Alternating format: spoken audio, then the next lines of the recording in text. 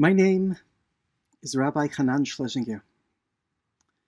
My heart has always been open to the world, but I did not know how narrow the opening was until interfaith encounters while I was serving as a rabbi in Dallas, Texas, began to open it up ever wider.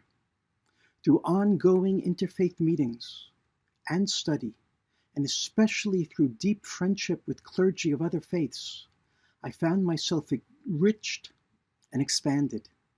It was as if I was given access to more of my soul and more of my heart. Appreciation and empathy for Islam and especially for Christianity were born within me. After a few years in Dallas, I returned home to Israel. What I had undergone in Dallas brought me to seek out Palestinians, people who until then had been completely invisible for me, part of the scenery or the background noise, but certainly not part of the central drama of life in the Holy Land. People who were the other, the enemy. We met. We told stories of who we are, and we listened to stories of who they are. It was so hard to listen. It was challenging. It was unsettling. It was disturbing. Many times it was as if I was hit in the gut. It was so hard to listen because each side, so it turns out, each side's experience and perspective completely contradicts and erases the other side's experience and perspective. We came to see how both sides completely deny the other side's identity and reality. My meetings with local Palestinians transformed me. I was brought to confront and to reconstruct the most basic fundamentals of my own self-understanding and of my construction of reality.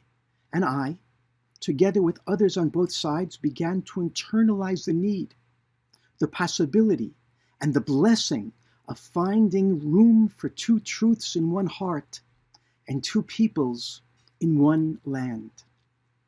It turns out that I'd been sick with the hubris of exclusivity, infected with the conviction that my religious and national truth are the only truth, that my connection to land is the only legitimate connection.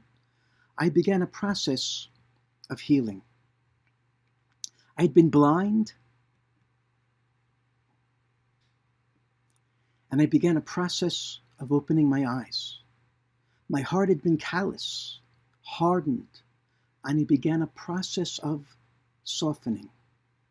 We created Roots, the Israeli-Palestinian grassroots initiative for understanding, nonviolence, and transformation. Roots, that Shoashim in Hebrew and Judor in Arabic, brings together Israelis and Palestinians to meet on an equal footing, to really begin to get to know each other in the deepest sense, to really learn about the other, to heal, and to join forces to work for a better, more just reality.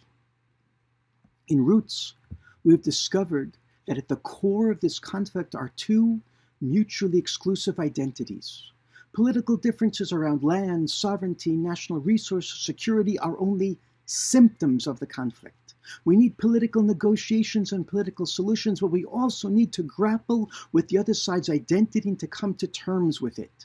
There will not be peace until each side fully recognizes and embraces the other side's identity. And this, of course, entails identifying and reinterpreting those elements of our own identity, religious and national, that effectively prevent us from legitimizing the other side's identity.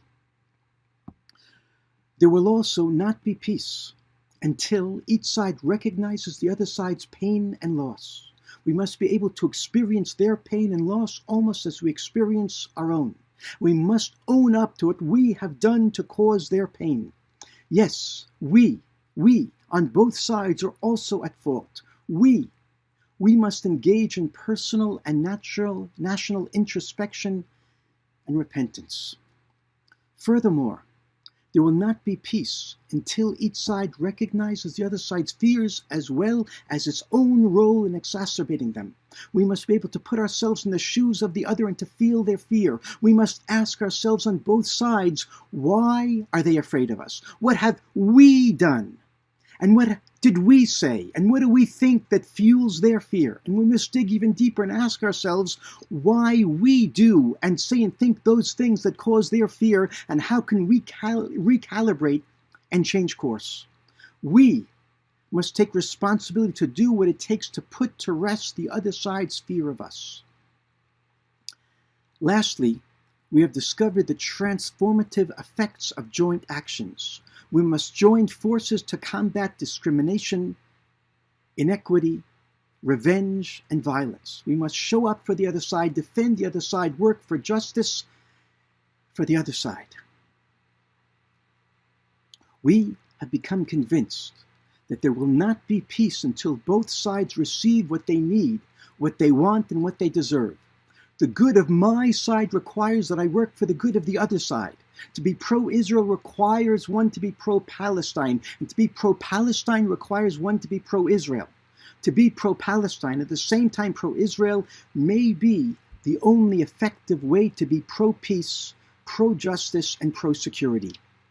I, Rabbi Hanan Schlesinger, am pro-Israel, and I'm also pro-Palestine. I hope that you as well will be pro-Palestine and pro-Israel. Thank you.